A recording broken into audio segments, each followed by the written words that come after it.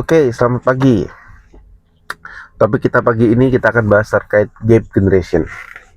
Ya, di zaman sekarang ini di tempat kerja kalian pasti yang namanya gap generation itu pasti ada. Gap generation itu yang dimaksud ada generasi baru yang usianya itu masih baru masuk, biasanya usia 18 sampai umur 22, dan ada generasi tua. Generasi tua itu sudah umurnya 55, 50, nah sudah mau persiapan pensiun. Atau bahkan mungkin tempat kalian yang perusahaan besar ada yang di atas 60 yang masih belum pensiun tapi masih berpanjang. Nah, biasanya ada yang namanya gap komunikasi di situ. Ada komunikasi yang berbeda kalian karena secara generasi itu pasti kalian berbeda. Nah, ayo kita bahas sekarang.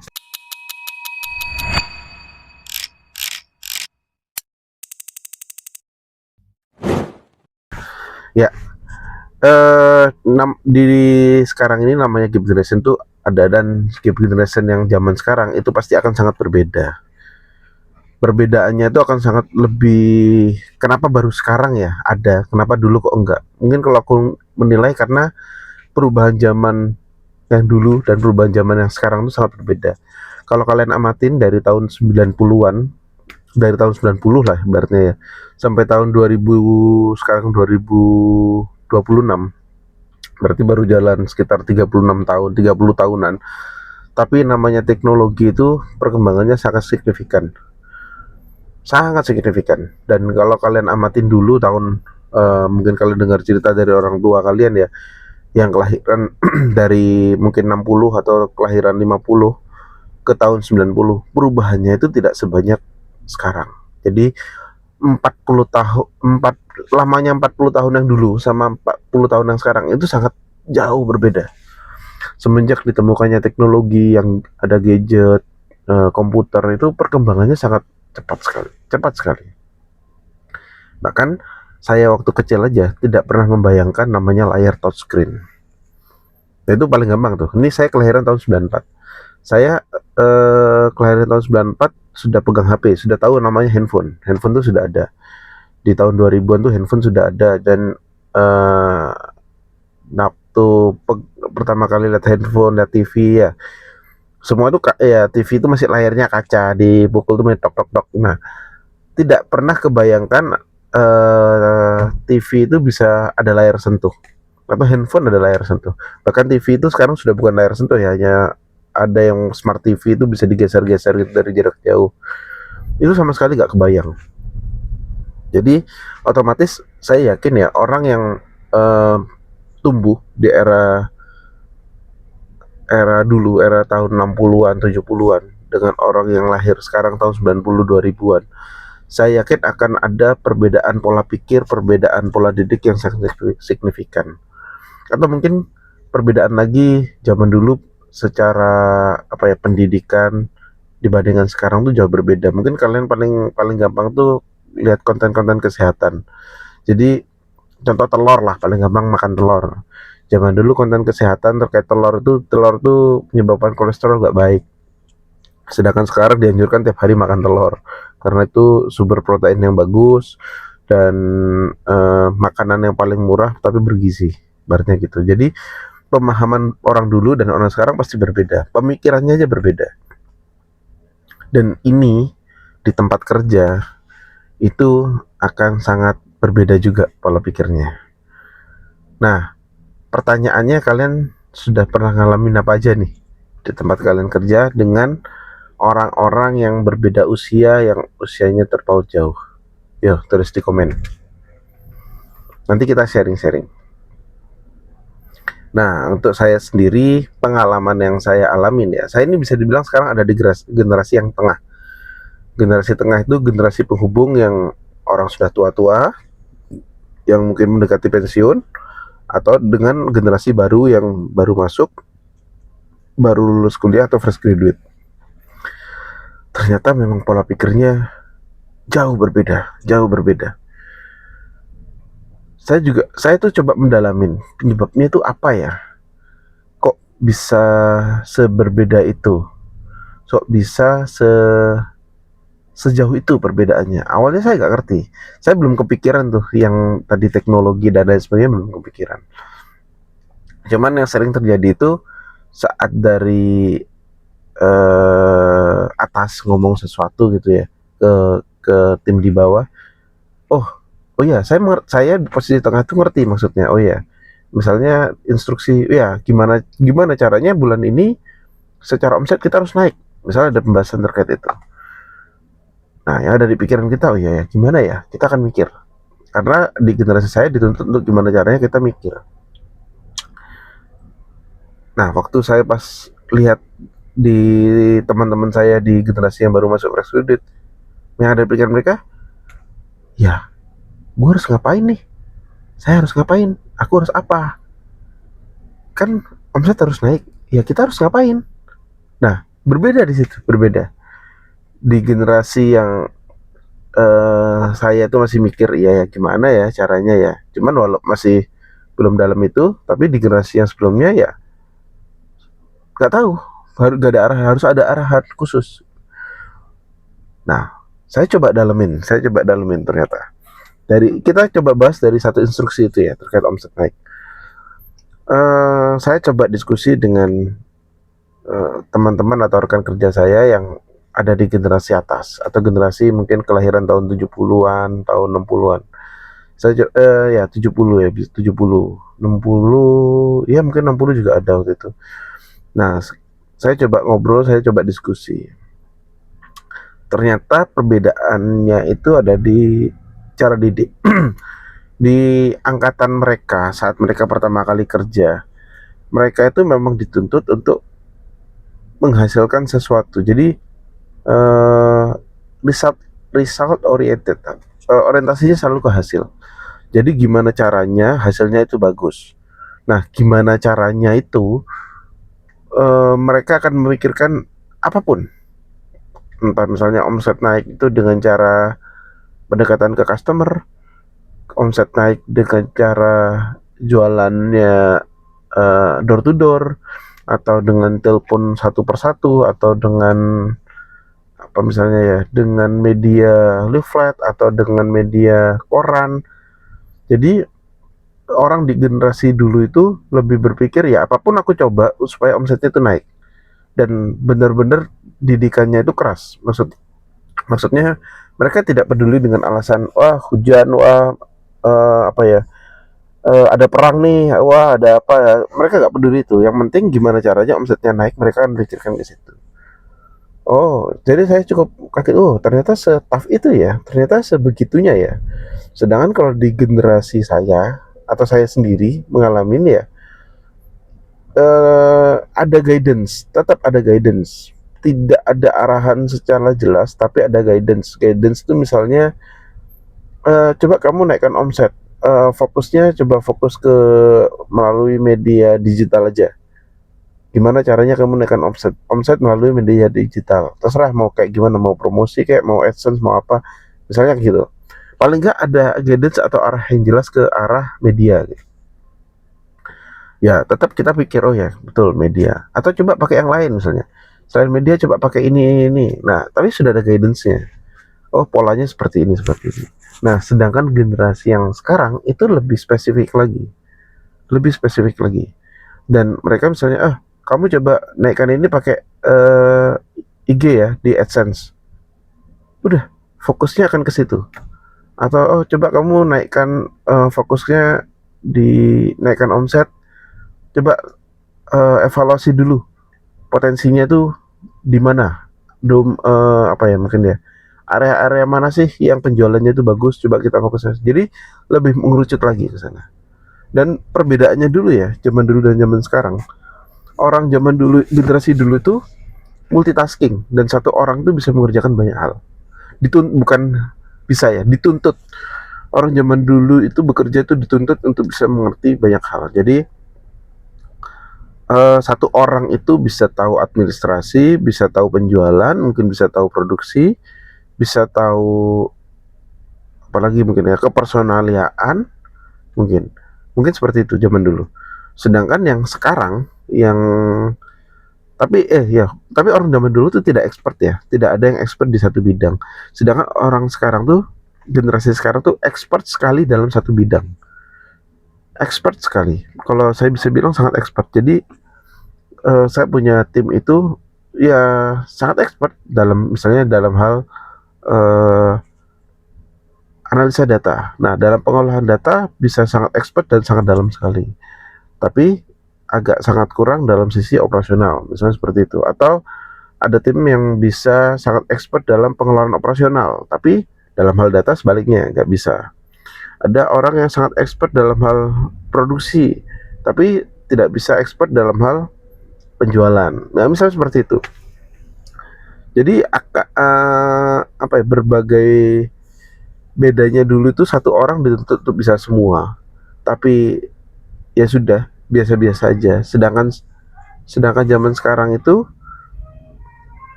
generasi sekarang rata-rata orang tuh bisa apa ya, lebih spesialis ya, bahasanya sekarang lebih terspesialis, eh bisa mengerjakan satu bidang dengan sangat baik. Nah, kalau ditanya lebih baik mana, zaman dulu apa zaman sekarang? Nah, kalau saya berpikirnya tergantung, dan semuanya itu ya semua punya sisi plus dan minusnya masing-masing. Kalau saya pribadi senang dengan generasi sekarang karena generasi sekarang itu bisa, ya itu, bisa expert di bidang-bidang tertentu. Karena saya merasa saya tipikal orang nggak bisa expert dalam satu bidang. Saya ini tipikal yang ngikut pola-pola zaman dulu. Jadi bisa banyak hal tapi tidak bisa expert dalam satu bidang. Nah, waktu saya melihat dari teman-teman saya yang bisa expert satu bidang itu, saya jujur secara pribadi kayak iri. Kok bisa ya? Kok bisa ya? Sedalam itu mempelajari satu bidang dan senang banget untuk ngulik satu hal itu. Sedangkan kalau saya pribadi itu bukan orang yang suka ngulik satu bidang. Saya lebih suka belajar banyak hal, mendalami banyak hal, tapi gak bisa sampai ngulik sedalam itu. Contoh Excel lah, dalam hal mengerjakan Excel ya saya bisa apakah bisa pakai Excel, bisa, tapi hanya dengan apa ya, Excel yang standar aja, sum if, VLOOKUP, if, hanya dasar-dasarnya saja. Tapi saat saya sudah lihat teman saya atau tim saya pakai Excel, itu sudah membuat dashboard dengan Excel, bisa pakai query, data-datanya bisa semakin banyak, semakin rapi, semakin detail. Ya wow, sangat wow sekali gitu. Perbedaannya ternyata sesignifikan itu. Apalagi di zaman sekarang itu dengan ada zaman AI. Wah, ini perkembangannya kayaknya sepertinya ya 20 tahun lagi ini akan akselerasinya akan lebih cepat lagi dibandingkan yang tadi saya cerita, dari tahun 90 ke tahun 2020. Wah, kayaknya tahun 2020 ke tahun 2050 saya yakin nih perkembangannya akan berkali-kali lipat lagi. Karena dengan zaman sekarang AI itu sangat lebih ngeri lagi. Nah, tadi sih. Bentar, minum dulu guys.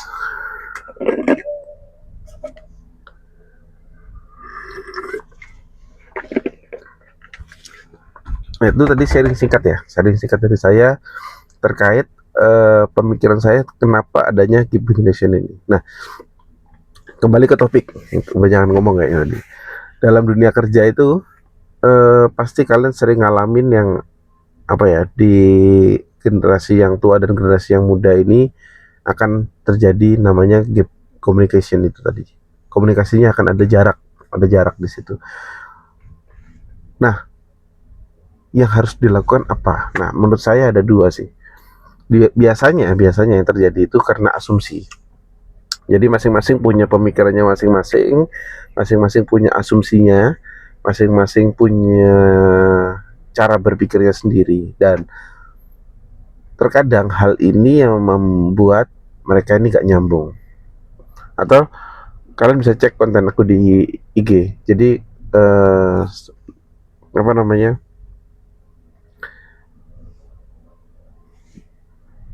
terkadang instruksi yang diberikan dari atasan itu diterimanya itu mentah-mentah. Nah, ini yang menyebabkan kadang apa sih atasan gue gak jelas banget sih. Nah, itu kadang muncul.